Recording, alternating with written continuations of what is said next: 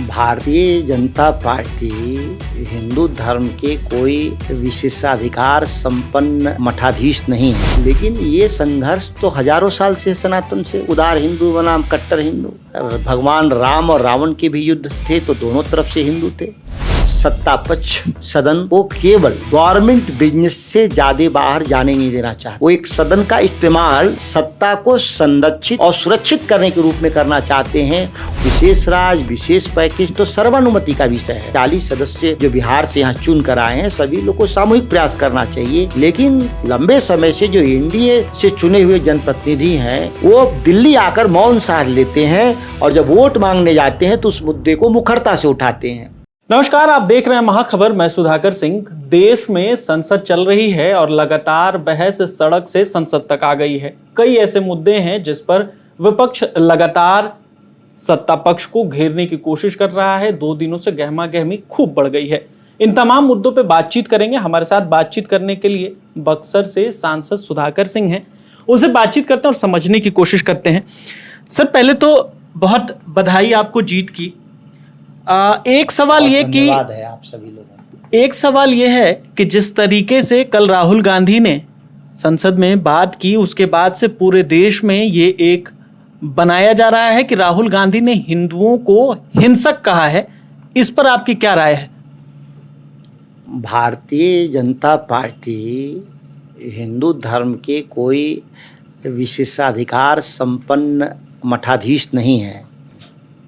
एक राजनीतिक दल के नाते एक उनकी भूमिका होगी, लेकिन ये संघर्ष तो हजारों साल से सनातन से उदार हिंदू बनाम कट्टर हिंदू। भगवान राम और रावण के भी युद्ध थे तो दोनों तरफ से हिंदू थे। राम के सबसे बड़े अनुयायी देश के स्वतंत्रता आंदोलन के पुरोधा महात्मा गांधी की हत्यारे नाथूराम गोडसे भी हिंदू थे।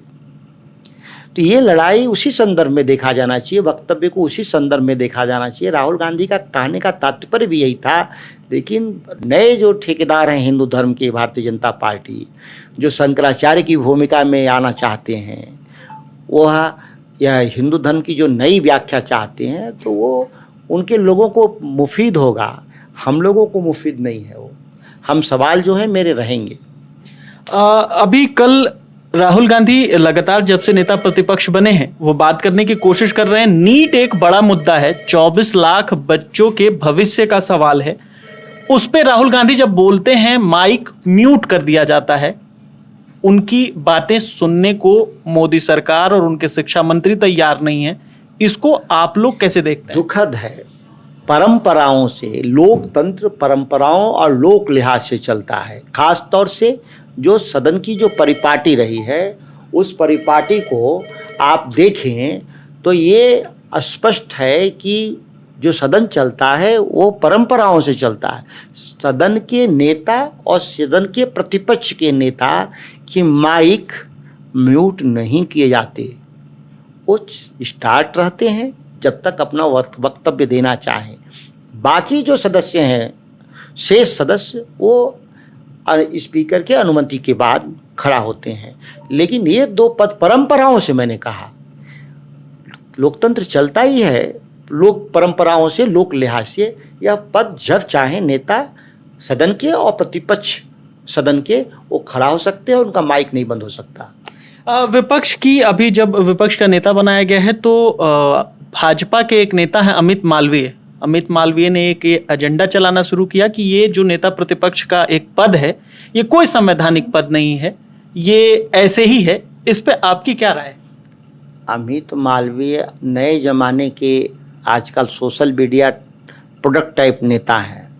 व्हाट्सएप यूनिवर्सिटी जिसको कहते हैं, जिसका ज्ञान का कोई सोर्स नहीं होता। ऐसे लोगों पे क्या वक्तव्य देने की जरूरत है? नेता प्रतिपक्ष संवैधानिक पद है और संपूर्ण देश के जन भावनाओं का प्रतीक माना जाता है। सत्ता पक्ष सामूहिक जिम्मेदारी से चलता है। प्रधानमंत्री और मंत्री परिषद सामूहिक रूप से चलता है और विपक्ष के तरफ से अकेला नेता प्रतिपक्ष उत्तरदायी होता है सवाल करने का। दोनों पद में जमीन आसमान का फर्क है। वह ज़्यादा ही रिस्पॉन्सिबल पोस्ट माना जाता है लीडर ऑफ अपोजिशन का।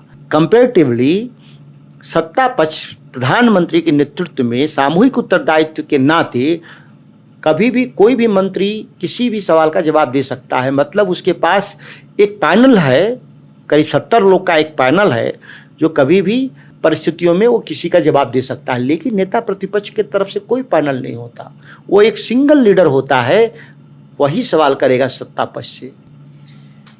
इन दिनों देखा जा रहा है कि जिस तरीके से नेता प्रतिपक्ष और पूरे विपक्ष को मोदी सरकार और तमाम लोग चाहते हैं, या ऐसी एक छवि बनाई जा रही है कि ये विलेन है, ये नहीं चाहते कि सत्र चले, ये नहीं चाहते कि संसद चले, लगातार ये ऐसा एक गढ़ने की कोशिश की जा रही है तस्वीर। इस पर क्या कहेंगे? बहुत दुखद है कि जहां हम विपक्ष के रूप में सदन चलाना चाहते हैं, हमने लगातार स्पेशल मेंशन के जरिए, हम कॉल अटेंशन के जरिए, हम 0 आवर के जरिए विशेष चर्चा के लिए लगातार हम अपील कर रहे हैं, नियम 193 के जरिए, 377 के जरिए, लेकिन सत्ता पक्ष सदन को केवल गवर्नमेंट बिजनेस से ज़्यादा बाहर जाने नहीं देना चाहता। वो एक सदन का इस्तेमाल सत्ता को संरक्षित और सुरक्षित करने के रूप में करना चाहते हैं। वो चाहते हैं कि पार्लियामेंट रबर स्टैम्प के तौर पे उनके बहुमत के आधार पे कानून पास करने का काम करे, विदाउट डिस्कशन लॉ पास करे, बजट को बिना सवाल का पास करे। इस रूप में सत्ता पक्ष और मोदी जी सदन का इस्तेमाल करना चाहते हैं, जबकि एक विधायिका सर्वोच्चता के सिद्धांत के तहत हम लोग चाहते हैं कि कोई भी विषय डिस्कशन के बाद सर्वानुमति के आधार पे सदन से बात बाहर जानी चाहिए, क्योंकि ये 140 करोड़ जनता की जनभावनाओं का प्रतीक संसद होता है। पार्टियां छोटी उनकी स्थिति होती है लोकतंत्र में, उसका कोई नेता प्रधानमंत्री बहुमत के आधार पे हो सकता है, लेकिन वह 140 करोड़ लोगों की जनभावनाओं को अगर एकोमोडेट नहीं करता है तो एक विफल नेता के रूप में उसको हम लोग मानते हैं। आप चुनाव लड़ने के पहले जब मंत्री रहे, कृषि मंत्री, आप बिहार सरकार में रहे, आपने किसानों के हित के लिए मंत्री पद भी ठुकराया। अब आपका फलक बड़ा हुआ है, किसान आपकी तरफ बहुत टकटकी लगाकर देख रहा है। क्या योजनाएं होंगी किसानों के लिए मुख्य तौर पर, चूंकि आप किसान नेता के तौर पर अपने आप को लगातार उनके लिए खड़ा हो रहे थे, लगातार प्रवक्ता आप बने हुए थे, अब क्या ऐसा आप करेंगे किसानों के लिए जिससे उनकी उम्मीद आपकी तरफ बंधी हुई है? मुद्दे सार्वभौम थे, मुद्दे हमारे राष्ट्रीय थे। किसान आंदोलन से हम लोग लंबे समय से जुड़े हुए थे। जब डंकल ड्राफ्ट पे इस देश में चर्चा शुरू हुआ था, कृषि क्षेत्र का एक कॉरपोरेटाइजेशन करना चाह रहे थे 90 के दशक से, तब से हम लोग छात्र के रूप में जुड़े हुए थे। हमारे लिए पद आएंगे पद जाएंगे ये हमारे लिए महत्व नहीं रखता। कल मैं एमएलए था, बिहार में कृषि मंत्री था, मैंने रिजाइन किया, आज मैं मेंबर ऑफ पार्लियामेंट हूँ। ये सब गौण विषय है मेरे लिए। मुद्दे मेरे हमेशा शाश्वत हैं और किसानों के हित की रक्षा के लिए हमको सड़क से सदन तक जहाँ ज़रूरत हो गया हम ताकत से लड़ने वाले उस समूह का नेतृत्व करते हैं जिस समूह से बहुत कम लोग संसद के भीतर पहुँचते हैं। इसीलिए लोगों को उम्मीद है मेरे से कि हम उन सवालों को हम बड़े स्तर पर सदन के भीतर उठाएंगे, सदन के बाहर भी उठाएंगे। लेकिन ये महत्व नहीं रखता कि मैं किस पद पर हूँ। ये हमारे लिए कोई भी पद छोटा पद है, मुद्दा हमारे लिए हमेशा बड़ा है और बड़े मुद्दे पर हम काम करेंगे। आज अभय कुशवाहा ने कहा है कि बिहार की जो स्थिति है, बिहार को विशेष राज्य का दर्जा मिलना चाहिए। उन्होंने नीतीश जी को भी घेरा और कहा है कि नीतीश जी की बैसाखी पर सरकार चल रही है, विशेष राज्य का दर्जा मिलना चाहिए। सिंचाई की स्थिति बहुत खराब है बिहार में, वो भी होना चाहिए।